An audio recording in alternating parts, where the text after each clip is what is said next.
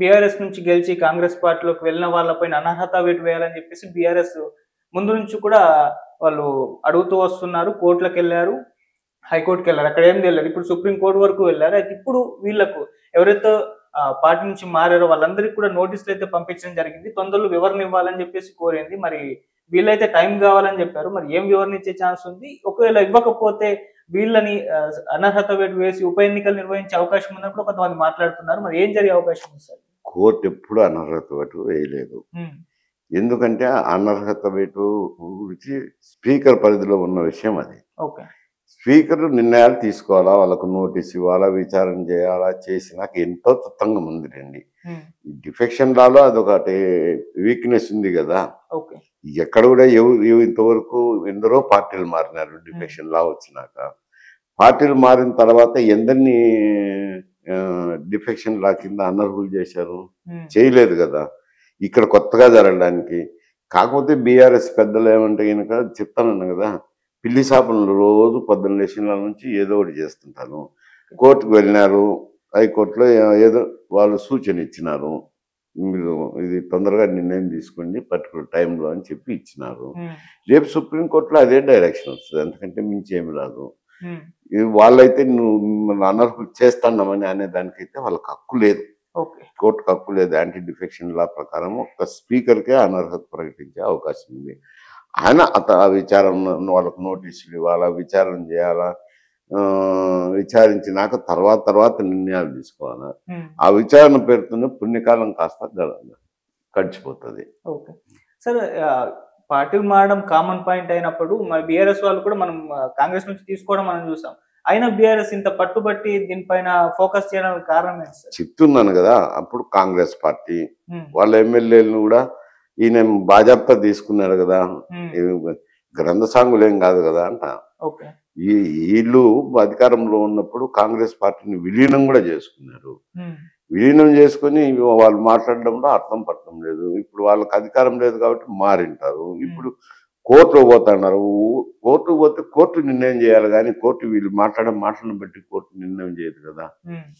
కోర్టులో విచారణ జరుగుతాయి. విచారణలో వాళ్ళ ఎక్స్ప్లెనేషన్ వాళ్ళు ఏమి ఇచ్చుకుంటారు, మేము జరుపుతామే విచారణ చేస్తాము, పనులు ఉన్నాయి అని చెప్తారు. హ్మ్. అప్పుడు ఏం చేస్తారు, అలాంటి టైంలో ఏదో తొందరగా జరపండి అని సూచనిస్తారు, అంతే, అంతకంటే మించి. ఓకే. సార్, అప్పుడు కొంతమంది పార్టీ మారిపోయారు గదా! ఇంకా మారే అవకాశం ఉందన్న భయంతోనే బీఆర్ఎస్ ఈ విధంగా వెళ్తుంది. కాస్త అనర్హత వేటు కోర్టు చుట్టూ తిరిగితే ఇంకా వెళ్ళకుండా ఉంటారేమో అన్న ఒక ఆలోచన చేసే పన్నిందని చెప్పేసి కూడా చెప్తున్నారు.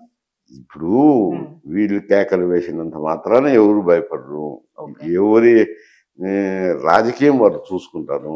శాసనసభ్యులు కూడా వాళ్ళకు రాజకీయ పరిస్థితులను బట్టి అక్కడ నియోజకవర్గాల్లో ఉంటుంది కదా, కాంగ్రెస్ పార్టీ ఉంటుంది, వాళ్ళ నుంచి ఒత్తిడి వస్తుంది కదా. ఇటువంటివన్నీ చూసుకొని ఎవరి ఇబ్బందులను బట్టి వాళ్ళు నిర్ణయాలు తీసుకుంటారు. కానీ వీళ్ళు అరచనే కేకలు వేస్తానే వాళ్ళు ఎవరు నిలిచిపోరు ఉంటారు. పోవాలనుకునే వాళ్ళు పోతారు, పోలేని వాళ్ళు ఉంటారు. ఓకే.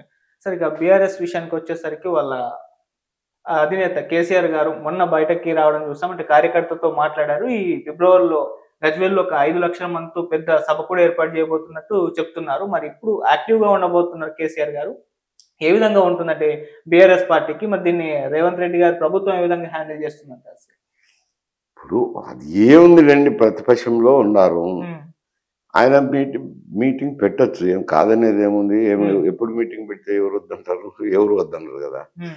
మీటింగ్ పెట్టచ్చు, వాళ్ళకి ఆర్గనైజేషన్ ఉంది, 10 సంవత్సరాలు అధికారంలో ఉన్నారు, డబ్బు కూడా ఉంది కాబట్టి భారీ స్థాయిలోనే మీటింగ్ పెట్టుకోవచ్చు. పెట్టుకొని పోయి అక్కడ స్టేజ్ మీద మాట్లాడతారు. కానీ ఇక్కడ ప్రతిపక్ష నాయకుడు హోదాలో వండుకొని ప్రతిపక్ష నాయకుడుగా ఉండి శాసనసభకు కూడా రావాలి కదా. రాలేదు కదా, శాసనసభకు ఇంతవరకు రాలేదు కదా.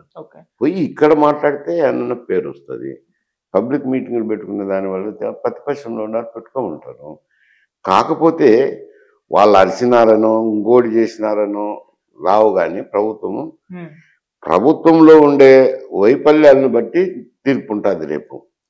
ఇప్పుడు కాంగ్రెస్ పార్టీ అధికారంలో ఉంది, వారి పరిపాలన, వారి స్కీములు ఇంప్లిమెంటేషన్ చేయడము, వాటిని బట్టి ప్రజలు రియాక్ట్ అవుతారు. కానీ బీఆర్ఎస్ విధానాన్ని బట్టి రియాక్ట్ అవ్వరు అంట.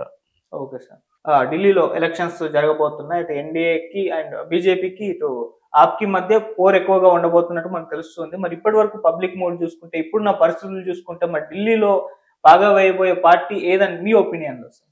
అంటే ఇప్పుడు నాకు ఢిల్లీ గురించి అక్కడ నుంచి ఎవరన్నా వచ్చినప్పుడు మాట్లాడితే సమాచారమే కానీ అందులో ఢిల్లీకి వెళ్ళే వాళ్ళు హ్మ్.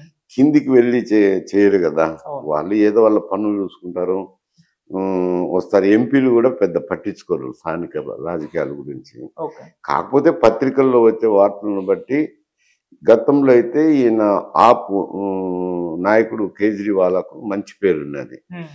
ఏది ఆయన right to information activist. Okay. Right to information act ఆ బిల్లు పెట్టాలా పార్లమెంట్లో అని చెప్పి పోరాటం చేసినారు. అన్నా హజారేని కూర్చోబెట్టుకొని ఒక దీక్ష చేయడం అయితేనేమి ఇతరుగా. ఎందుకంటే రైట్ టు ఇన్ఫర్మేషన్ యాక్ట్ వస్తే అవినీతి తగ్గుతుంది అని, ఓకే.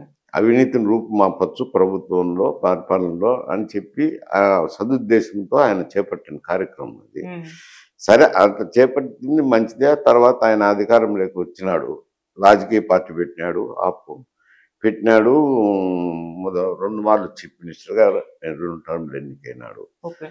మొదటి మారు ఎన్నికైనప్పుడు అక్కడ ఢిల్లీలో ఉండే సమస్యలు, స్థానికంగా ఉండే సమస్యలను విద్యాపరంగా అయితేనేమి, వైద్యపరంగా అయితేనేమి, అక్కడున్న సమస్యలు మంచినీటి సౌకర్యాలు అయితేనేమి ఇవన్నీ కల్పించినారు. హుహు.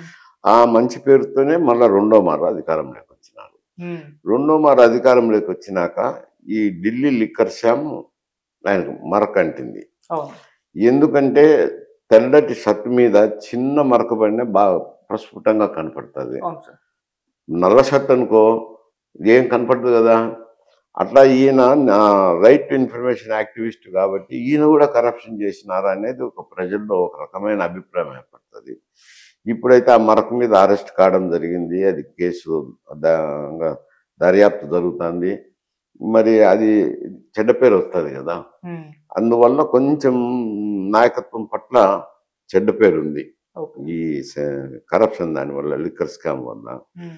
ఇంకో రెండోది 2 టర్మ్లు అధికారంలో ఉంటే కొంచెం అసంతృప్తి కూడా వెంటాడుతుంది. హ్మ్. వీళ్ళ వరకు ప్రతికూలమైన అంశం ఆ ఓకే. వరకు. ఓకే. ఇక్కడ వీళ్ళకు అనుకూలమైన అంశం ఏమిట్రా అనంటే హ్మ్. 67% మంది మధ్యతరగతి కుటుంబీకులు ఉంటారు, అంటే ఉద్యోగాలు చేసుకునే వాళ్ళు. హ్మ్. 12 లక్షలు ఎగ్జంప్షన్ అనేది పెట్టినారు కదా. హ్మ్. ఎగ్జంప్షన్ వాళ్ళ ఢిల్లీ ఎన్నికల కోసమే పెట్టినారని, ఢిల్లీ బీహార్ ఎన్నికలను దృష్టిలో పెట్టుకొని ఈ 12 లక్షల ఆదాయం లోపల ఉన్న వాళ్ళకు ట్యాక్స్ కట్టాల్సిన అవసరం లేదు. అంటే మధ్యతరగతి కుటుంబీకులు డైరెక్ట్గా బెనిఫిట్ వచ్చాయి కదా. అవును. వచ్చినప్పుడు మధ్యతరగతి కుటుంబీకులు ఓటును ఆకర్షించేదానికే పెట్టినారు. హ్మ్. అదొక ప్లస్ పాయింట్ అయింది బీజేపీకి. ఓకే. సరే ఈ మధ్యాహ్నం రేపే ఎలక్షన్ ఉంది, హ్మ్. ఎట్ట రియాక్ట్ అవుతారో చూడాల్సింది ఉంటుంది. ఓకే. కొంచెం వాళ్ళకు ఎడ్జ్ అయితే కనపడుతుంది. ఓకే. ఇంకొక డిసడ్వాంటేజ్ ఏమిట్రా అనంటే హ్మ్. ఆప్కు ఉన్న ఓట్లు, కాంగ్రెస్కు ఉన్న ఓట్లు కూడా ఒక విధానమైన ఓట్లు, మైనారిటీస్ అయితేనేమి, హ్మ్. ఎస్సీలు అయితేనేమి, అవి కాంగ్రెస్ మధ్య ఆప్ మధ్య చీలిపోయినాయి అనుకోండి. ఓకే. ఎందుకంటే విడివిడిగా కంటెస్ట్ చేస్తున్నారు. హ్మ్. లేదు ఇద్దరు ఆప్ కాంగ్రెస్ కలిసి చేసింటే పోటీ వేరే విధంగా ఉండేది. హ్మ్. ఇప్పుడు విడివిడిగా చేస్తున్నారు కాబట్టి అదొక అడ్వాంటేజ్ వస్తుంది ఓకే. బీజేపీకి. హ్మ్. అందువల్ల కొంచెం అడ్వాంటేజెస్ టు ది బీజేపీ ఉంది. ఓకే. సరే, ఈ పొత్తు పెట్టుకోవడంలోనే ఈళ్ళు ఫెయిల్ అయిపోయారని అనుకోవచ్చు. ఎందుకంటే హర్యానాలో చూసాం. అప్పుడు కూడా ఆపు, కాంగ్రెస్ వేర్వేరుగా పోటీ చేశాయి. అందుకే బీజేపీ గెలిచిందని మాట్లాడేశారు.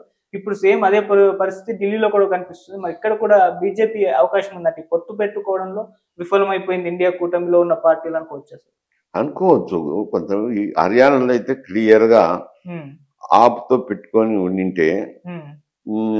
వాళ్ళకు 2000, 3000 ప్రతి నియోజకవర్గంలోనూ పక్కకు పోయినాయి కదా. అవును. ఆ పక్కకు పోవడంతోనే చాలా మంది 20, 30 మంది ఎమ్మెల్యేలు హ్మ్. 2000, 3000తో ఓడిపోయినోళ్ళు ఉన్నారు. అవును. అందువల్లే ఆడ ప్రభుత్వం రాలేకపోయింది హ్మ్.